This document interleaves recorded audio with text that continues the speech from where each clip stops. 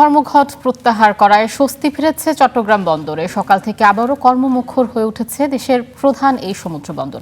তবে 7 দিন কাজ বন্ধ থাকার ক্ষতি কাটিয়ে ওঠা কঠিন হবে বলে মনে করছেন সংশ্লিষ্টরা। এ বিষয়ে জানতে চট্টগ্রাম বন্দরে আছেন সহকর্মী মামুনুর রশিদ অভি, আমরা তার সাথে যুক্ত হব। অভি, আপনি তো চট্টগ্রাম বন্দরে আছেন, কর্মবিরতি বন্ধ হলো, নতুন করে আসলে চট্টগ্রামে বন্দরে কাজ শুরু হলো, তো সেখানে আসলে এখন কেমন পরিস্থিতি দেখছেন? আবার 7 দিনের একটা গ্যাপও আছে, একটা বিরতিও আছে, তো এখন আসলে সেখানে পরিস্থিতিটা কেমন এবং কেমন কর্মপরিবেশ দেখছেন?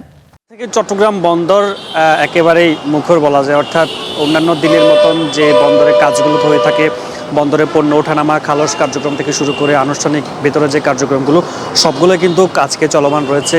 আজকে যে চিত্র দেখতে পাচ্ছেন বন্দরের, আমরা একটি গেটের সামনে রয়েছি, সেই গেটের সামনে বিভিন্ন ধরনের যে কন্টেইনারগুলো রয়েছে সেগুলো আসতে শুরু করেছে এবং কন্টেইনারগুলো ভিতরে প্রবেশ করছে।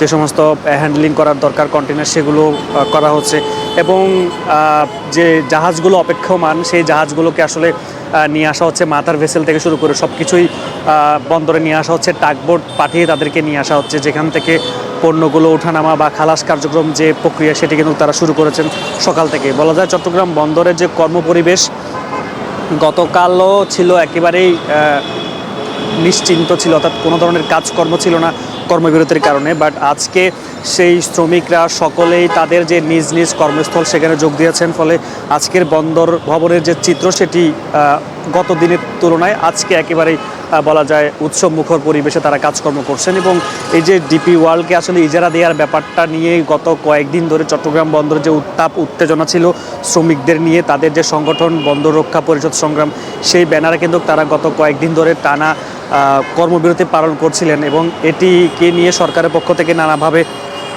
নেগোসিয়েশন করা হচ্ছে। এবং নৌ পরিবহন উপদেষ্টা মন্ত্রণালয়ের যে উপদেষ্টা শাখাওয়াত হোসেন, তিনিও কিন্তু চট্টগ্রাম বন্দরে এসে শ্রমিকদের সাথে কথা বলেছেন। সব মিলিয়ে অন্যান্য দিনের তুলনায় আজকে চট্টগ্রাম বন্দরের যে ভিতরে খালাস কার্যক্রম, পণ্য ওঠানামা সব কিছু চলছে এবং ভিতরে প্রায় 40,000-এরও বেশি কন্টেইনার টিওস জমা হয়েছে, সেগুলো ধীরে ধীরে আসলে তারা জট কমবে এমন কিন্তু চট্টগ্রাম বন্দর কর্তৃপক্ষ থেকে বলা হয়েছে। আয়েশা।